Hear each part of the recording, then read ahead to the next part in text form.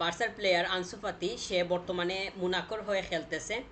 আহ, সে মুনাকোর হয়ে পারফর্ম করতেছে, সেটা আমরা মানে জানি। তার বার্সা এবং মুনাকোর মধ্যে একটা লোন ডিল হয়েছে, এগ্রিমেন্টটা থাকবে হচ্ছে 2026 30 জুন পর্যন্ত, অর্থাৎ সামনের বছরের মাঝামাঝি যে সময়টা আছে প্রায় অর্ধেক সময় পর্যন্ত থাকবে।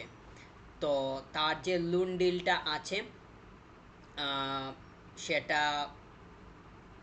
মানে এই যে সময় পর্যন্ত থাকবে সে ততটুকু সময় পর্যন্ত ওইখানে থেকে মোনাকো কিন্তু আগামী বছরের জানুয়ারি মাসের 20 তারিখে তারা রিয়াল মাদ্রিদের এগেনস্টে খেলবে, এবং তাদের চ্যাম্পিয়ন্স লিগের আরও ম্যাচ আছে। তো বিশেষ করে তারা 20 জানুয়ারি এইটা তারা ম্যাচটা খেলবে রিয়াল মাদ্রিদের এগেনস্টে। তো এইটা মানে একটা ইম্পর্টেন্ট ম্যাচ হবে তাদের জন্য। বর্তমানে আনসু ফাতি সে খেলতেছে ওইখানে, খুবই হাসি খুশি অবস্থায় তাকে দেখা যাইতেছে। এইটা তার বর্তমান কন্ডিশনকে খানিকটা হলেও এক্সপ্রেস করে। আর সে যেহেতু স্কোরও পাইতেছে, ওইখানে খেলার সুযোগ পাইতেছে, এইগুলা তো অবশ্যই তার বর্তমান সময়টাকে তুলে ধরে। তো যেহেতু সামনের বছরের জানুয়ারি শেষের দিকে, যেহেতু 20 জানুয়ারি, তাহলে মোটামুটি শেষের দিকে রিয়াল মাদ্রিদের এগেনস্টে ম্যাচ আছে, এবং ওই সময়টাতেও সে তাদের প্লেয়ার হিসাবে থাকবে, যেহেতু জুন পর্যন্ত তার ইয়া আছে, ডেডলাইন আছে ওইখানে, ওইখানে মানে ইয়া লুনের। তো সে ওই ইয়ার মানে মুনাকর হয়ে রিয়াল মাদ্রিদের এগেনস্টে খেলার একটা স্কুপ তার সামনে আছে। আমি খুব করে চাইবো যে সে এখন থেকেই যাতে মেইন যে স্টার্টিং ইলেভেন আছে ওইটাতে কিভাবে মানে কি করা যায়, পার্টিসিপেট করা যায় একদম রেগুলার, ওইদিকে খুব বেশি পরিমাণ ফোকাস করা দরকার। তো এইটা যদি সে করতে পারে এবং দেখা যায় যে তার লিগের যে ম্যাচগুলো আছে ওইগুলাতে সে মোটামুটি নিয়মিত হয়ে গেছে, কিংবা তাদের মুনাকর যে কোচ আছেন তার নজরে ভালোভাবে আসছে, সেক্ষেত্রে আমার কাছে মনে হয় যে রিয়ালের এগেনস্টে তার স্টার্টিংয়ে খেলার সম্ভাবনা তৈরি হওয়ার পথে থাকবে। তবে সেটা তো আসলে সময় বলবে, সেটার জন্য অপেক্ষা করতে হবে। আনসু ফাতিকে নিয়ে মুনাকো বেশ উচ্ছ্বসিত, তারা এক্সাইটমেন্ট প্রকাশ করতেছে, দেখাইতেছে। এইটা ভালো। তবে আহ, মানে এখন তার ওইখানে ফিট থাকাটা দরকার আছে, সুস্থ থাকাটা দরকার আছে। তার যে লোন ডিলটা আছে ওইটা শেষ হওয়ার পরে সে আহ, মানে এমনিতেই তো ফিরে আসবে, কারণ তার সাথে বার্সার যে কন্ট্রাক্ট সেটা 28 পর্যন্ত, মানে 2028 সালের মাঝামাঝি পর্যন্ত, 30 জুন ওই সময় পর্যন্ত। তার মানে তার সাথে লম্বা একটা ডিল তো আছেই। মানে সে তো অফিসিয়ালি বার্সার প্লেয়ার ওই সময় পর্যন্ত, বর্তমানে সে মুনাকো খেতে গেছে ওইটা একটা লুনের যে প্রসেসটা সেইটার মধ্য দিয়ে। তো সে মানে যথেষ্ট পরিমাণ ক্রিয়েটিভ একটা প্লেয়ার, আমরা তাকে বার্সাতে দেখছি, কিংবা তার যে বার্সাতে আসার বা উঠে আসার কিংবা মেইন টিমে আসার যেই আহ, মানে প্রক্রিয়া ছিল ওইগুলো সম্পর্কেও আমরা অবগত আছি, এবং তাকে নিয়ে অনেক কি বলবো এক্সপেকটেশনের যে জায়গাটা সেটা কোনোভাবেই ন্যারো না, বরং ওটা অনেক ওয়াইড। এবং আমি মনে করতেছি যে সে ফিরে আসার পরে যদি সে তো সামনের বছরের মাঝামাঝি সময়ে মানে ফিরে আসবে, তারপরে তো হ্যান্সি ফ্লিককে অবশ্যই পাওয়া যাবে। আমি খুব করে চাইবো যে তাকে অন্তত পক্ষে যাতে একটু সময় দেওয়া হয়, সুযোগ দেওয়া হয়। তবে বর্তমানে বার্সা যেভাবে স্কোয়াডটাকে স্ট্যান্ড করতেছে, যেইভাবে প্লেয়ারগুলোকে সেট করতেছে, এখানে এসে আনসু ফাতি সে জায়গা করে নেওয়াটা কোনোভাবেই সহজ কোনো কিছু হবে না। ওইটা অনেক কঠিন হইতেছে যত সময় যাইতেছে, ডে বাই ডে। আজকে বার্সার ম্যাচ আছে, আজকে বার্সা খেলতে নামবে, ওইটা ওইটা রাত 1:30-তে। তো এখানে তো বার্সার নতুন মানে এই যে ম্যাচটা আছে এটাও তো বর্তমান যে স্কোয়াডের প্লেয়াররা আছে তাদের জন্য ইম্পর্টেন্ট, কিংবা হ্যান্সি ফ্লিক কাদেরকে নিয়ে এই মুহূর্তে ভাবতেছেন এই মুহূর্তে বর্তমানে যারা আছে তাদেরকে নিয়েই তো ভাবতেছেন।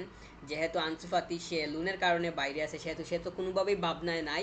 সে ভাবনায় আসবে তখন যখন মুনাকোর সাথে তার ডিলের যে ডেডলাইন সেটা পাড়ি দিবে বা ওইটা চলে আসবে। এরপরে সে তখন বার্সাতে আসতে হবে।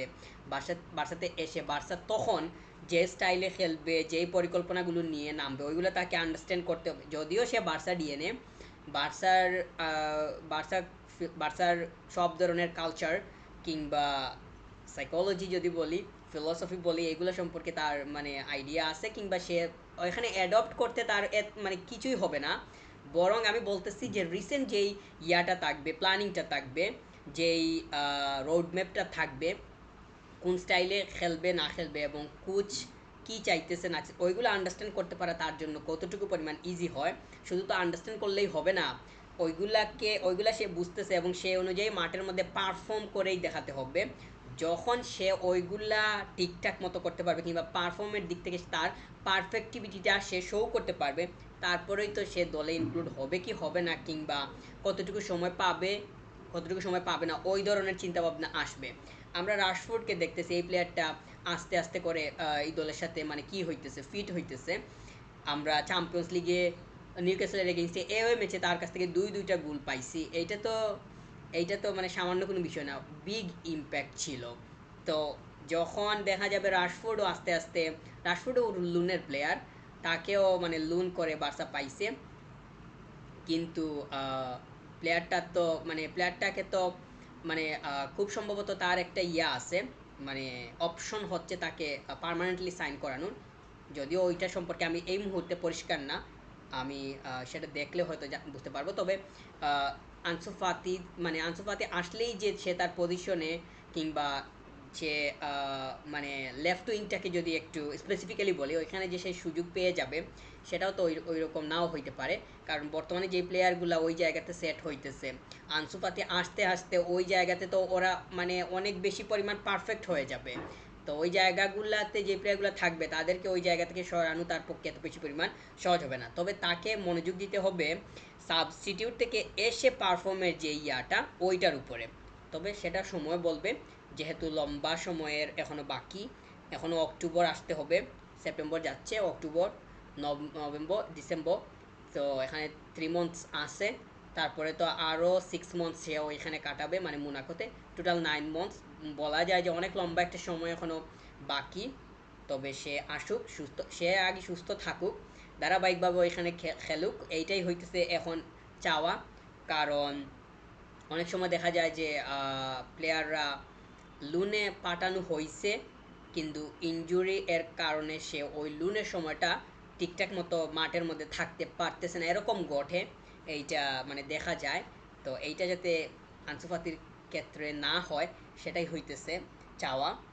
সে যদি ফিট থাকে, সুস্থ থাকে, সেক্ষেত্রে আমার কাছে মনে হয় যে তার খেলার সময় পাওয়ার যে সম্ভাবনাটা সেটা বেড়ে যাবে। আর আনসু ফাতি এই যে তার যে ওইখানে লাস্ট ম্যাচটা ছিল, সে আহ, সে ওইখানে মানে লাস্ট ম্যাচটাতে সে বেঞ্চ থেকে আসছিল, হাফ টাইমে আসছিল বেঞ্চ থেকে, এসে সে ডাবল স্কোর করছে এবং ম্যান অফ দ্য ম্যাচ হয়েছে। তো তার ওইখানে ইম্প্যাক্ট কেমন ছিল সেইটা আমরা খুব ভালোভাবেই বুঝতে পারতেছি। তো এই ধারাবাহিকতাটা দরকার আছে। যদি দেখা যায় যে সে ধারাবাহিকভাবে এখানে পারফর্ম করতেছে, সেক্ষেত্রে তাকে মানে মানে মানে এগ্রিমেন্টের যে সময়টা আছে, ডিলিংয়ের যে ডেডলাইনটা আছে মুনাকোর সাথে, ওইটা পাড়ি দেওয়ার সাথে সাথে বার্সাও চাইবে যে তাকে নিয়ে আসতে। সে যদি ফর্মে ফিরে যায়, সেক্ষেত্রে বার্সাও চাইবে যে তার ফর্মটাকে কাজে লাগাতে। যখন বেঞ্চে আনসু ফাতির মতো ফর্ম যুক্ত প্লেয়ার থাকবে, তখন অনেকটাই নিশ্চিন্তে থাকা যাবে, এটা একটা বিষয়। তবে সে আসলে মানে ওই সময়টাতে কীরকম থাকবে, যেরকম এখন এক্সপেক্ট করতেছি, ওই সময়টাতে থাকে কিনা সেটার জন্য অপেক্ষা করতে হবে। কারণ এখনও 9 মাসের মতো বাকি আছে, ওইটা তো আসলে 9 দিন না কিংবা 9 ঘন্টা না, 9 মাস, অনেক সময়, অনেক লম্বা সময়, অনেক কিছুই ঘটে যাবে এই সময়ের মধ্যে। তো সেটার জন্য অপেক্ষা করতে হবে, সেইটার কি হয় না হয়, ওই সময়ের ভেতরে অনেক কিছুই হবে। আনসু ফাতি সে যথেষ্ট পরিমাণ মানে ক্রিয়েটিভ একটা প্লেয়ার, সেটা নিঃসন্দেহেই বলা যায়। তাকে আমরা একটা সময় বার্সাতে নাম্বার 10 জার্সিতে দেখছি, বর্তমানে লামিন ইয়ামাল সে সেটা হোল্ড করতেছে। আহ, তো তাকে নিয়ে মানে আশার যে জায়গাটা কিংবা প্রত্যাশার জায়গাটা এটা অনেকটাই ওয়াইড ছিল, এখনও আছে। আমি মানে হপলেস হইতে চাইতেছি না আনসু ফাতিকে নিয়ে। আমি মনে করতেছি যে আনসু ফাতিকে মানে বার্সার সাথে যেহেতু 2028 পর্যন্ত ডিল আছে, সেহেতু সে আরও সময় পাবে ওইখানে ফিরে এসে। 2026-এর পুরো 6 মান্থ পাবে, আর 7-8 মানে মানে 3 বছর পাবে, না 2 বছর, 2027, 2 বছর। সে তার যখন মানে কন্ট্রাক্ট শেষ হয়ে যাবে ইয়াতে মুনাকোর সাথে, তারপরে যখন টাইমটা শুরু হবে বার্সাতে, তখন প্রপারলি 2 বছর হবে। তো ওই সময়টা অনেক ইয়া, ওই সময়ে যদি সে পারফর্ম করতে পারে সেক্ষেত্রে হয়তো দেখা যাবে যে তার সাথে বার্সা আবার তার এগ্রিমেন্টটা এক্সটেন্ড করার দিকে আগানোর একটা পরিকল্পনা নিতে পারবে, কিংবা ওই সংক্রান্ত চিন্তা আসবে। তবে এই মুহূর্তে এতটুকুই হইতেছে আমার কাছে আনসু ফাতি সম্পর্কিত আপডেট। তো সে বর্তমানে ফিট অবস্থায় আছে, তার ক্লাব মুনাকোর হয়ে সে পারফর্ম করতেছে, স্কোর করতেছে, ডাবল স্কোর করতেছে, ম্যান অফ দ্য ম্যাচ হইতেছে। তো সামনে এই যে আমি বললাম নেক্সট ইয়ারের জানুয়ারি মাসের 20 জানুয়ারি ওইখানে রিয়াল মাদ্রিদের এগেনস্টে মুনাকোর ওয়েফা চ্যাম্পিয়ন্স লিগের ম্যাচ আছে। ওইখানে মানে পেদ্রিক, সরি, আনসু ফাতিকে মানে চাইবো, কিংবা সেখানে সে থাকার একটা সম্ভাবনা তৈরি হইতে পারে। যদি সে তার এই যে বর্তমান ধারা আছে এইটাকে অব্যাহত রাখতে পারে, তাহলে হয়তো ওই ম্যাচটাতে তাকে স্টার্টিংয়েও দেখা যাওয়ার একটা সম্ভাবনা তৈরি হইতে পারে। তবে আমি মানে চাইবো যে সে যাতে স্টার্টিং গিয়ে খেলুক। তো সেইটার জন্য আসলে অপেক্ষা করতে হবে।